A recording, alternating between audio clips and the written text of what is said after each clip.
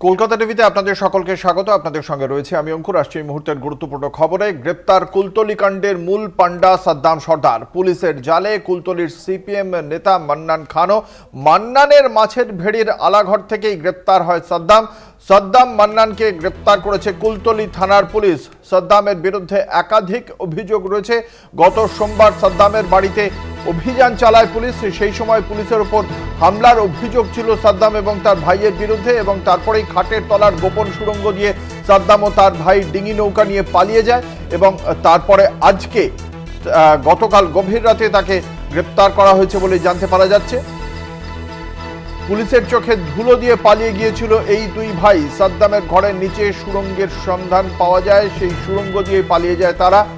আমাদের সঙ্গে রয়েছেন আমাদের প্রতিনিধি প্রিয়গোপাল মুখোপাধ্যায়। প্রিয়গোপাল, ঠিক কিভাবে এই সাদ্দাম সর্দারকে ধরতে পারা গেল, ঠিক কি জানা যাচ্ছে পুলিশ সূত্রে? একদমই, দেখো, প্রথমে যেটা তোমাকে বলে রাখি যে সোমবার থেকেই কিন্তু সাদ্দাম সর্দার এই চুবড়িঝাড়া অঞ্চলে যে সিপিএম নেতা মান্নান শেখ আছে, তার কিন্তু যে ফিশারি, সেই ফিশারি কিন্তু আলা ঘরেই কিন্তু গা ঢাকা দিয়েছিল। কিন্তু তারপরে গতকাল সকালে সে তার নিজের জন্য মুড়ি কিনতে যায়, এবং মুড়ি কিনতে যাওয়ার সময় কিন্তু এলাকাবাসীরা তাকে দেখতে পায়, এবং সেই দেখতে পাওয়ার থেকেই পুলিশকে খবর দেয় এলাকাবাসীরা। তারপরেই কিন্তু গতকাল রাতে বারুইপুর পুলিশ জেলার যে স্পেশাল অপারেশন গ্রুপ আছে, সেই স্পেশাল অপারেশন গ্রুপ সেখানে যায়, এবং সেই ভেরির আলাঘর থেকে কিন্তু সাদ্দাম সর্দারকে গ্রেপ্তার করে, এবং তার সঙ্গে গ্রেপ্তার হয়েছে সিপিআইএম নেতা যে মান্নান শেখ। এবং এই মান্নান শেখ কিন্তু এই সাদ্দাম সর্দারকে ওখানে থাকার জন্য ফেলতে দিয়েছিল।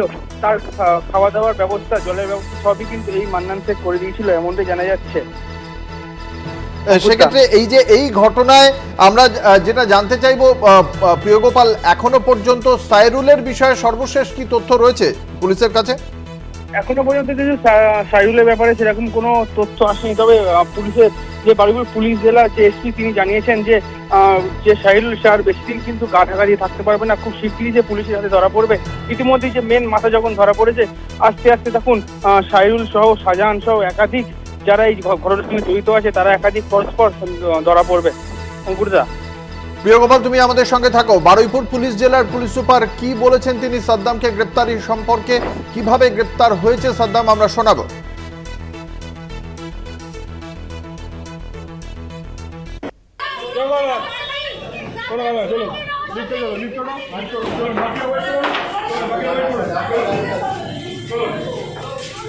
আলাদা আলাদা মোডাস অপারেন্ডি আছে। এক হচ্ছে পুরনো নকল সোনা বিক্রি করার একটা যে চক্রান্ত আছে, আর্টিফ্যাক্টস, পুরনো আর্টিফ্যাক্টস, পুরনো এটা মুঘল জমানার আর্টিফ্যাক্টস, কিছু কয়েন্স, এইসব বিক্রি করে বিভিন্ন লোককে প্রলোভন দেখিয়ে এরা আসতো, ওখানে ডাকতো, ডেকে ওদের কাছ থেকে কিছু কিছু ক্ষেত্রে হয়তো এই মাল দিত, কিন্তু বেশিরভাগ যেটা দেখা যাচ্ছে এরা কিন্তু টাকা নিয়ে কিছু এদেরকে দিত না।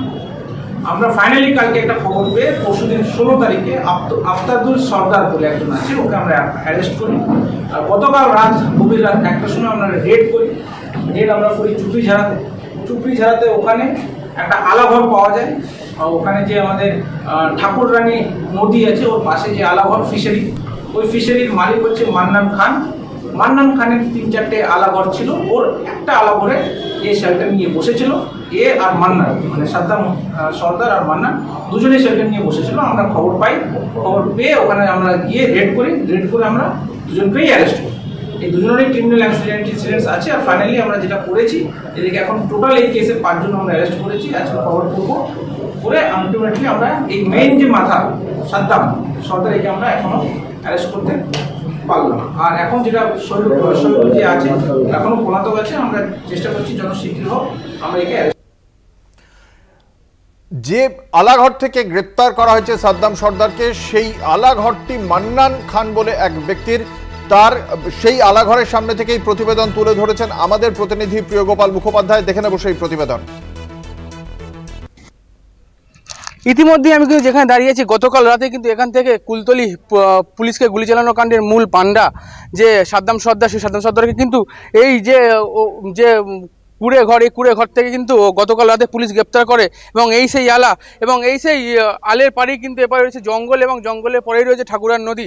কিন্তু এইখান থেকেই কিন্তু গতকাল যে বারুইপুর পুলিশ জেলার স্পেশাল অপারেশন গ্রুপ কিন্তু এই যে কুড়ে ঘর থেকে কিন্তু গ্রেপ্তার করে কুলতলি পুলিশ গুলিকাণ্ডের মূল অভিযুক্ত সাদ্দাম সর্দারকে এখান থেকে আরও একজনকে গ্রেপ্তার করে সিপিআইএম নেতা যে মান্নান খান আছে, সেই মান্নান খানকে কিন্তু এখান থেকেই গ্রেপ্তার করেন। কারণ এই যে ফিশারি, এই 65 বিঘা ফিশারি কিন্তু যে এখন যে লিস্ট নিয়েছে সেই লিস্ট হচ্ছে মান্নান খানের। এই মান্নান খান কিন্তু এই সাদ্দাম সর্দারকে এখানে থাকার ব্যবস্থা করে দিয়েছে। আমি একটু এই কুড়ে ঘরের ভেতরে ঢোকার চেষ্টা করব।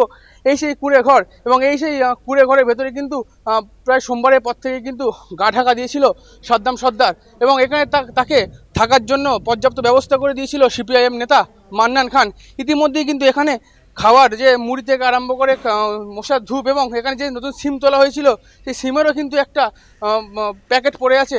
ইতিমধ্যেই কিন্তু এই যে কুড়ে ঘর, এই কুড়ে ঘর থেকেই কিন্তু গতকাল রাতে বারুইপুর পুলিশ জেলার যে এসওজি টিম, মানে স্পেশাল অপারেশন টিম, তারা কিন্তু এই সাদ্দাম সর্দারকে গ্রেপ্তার করে।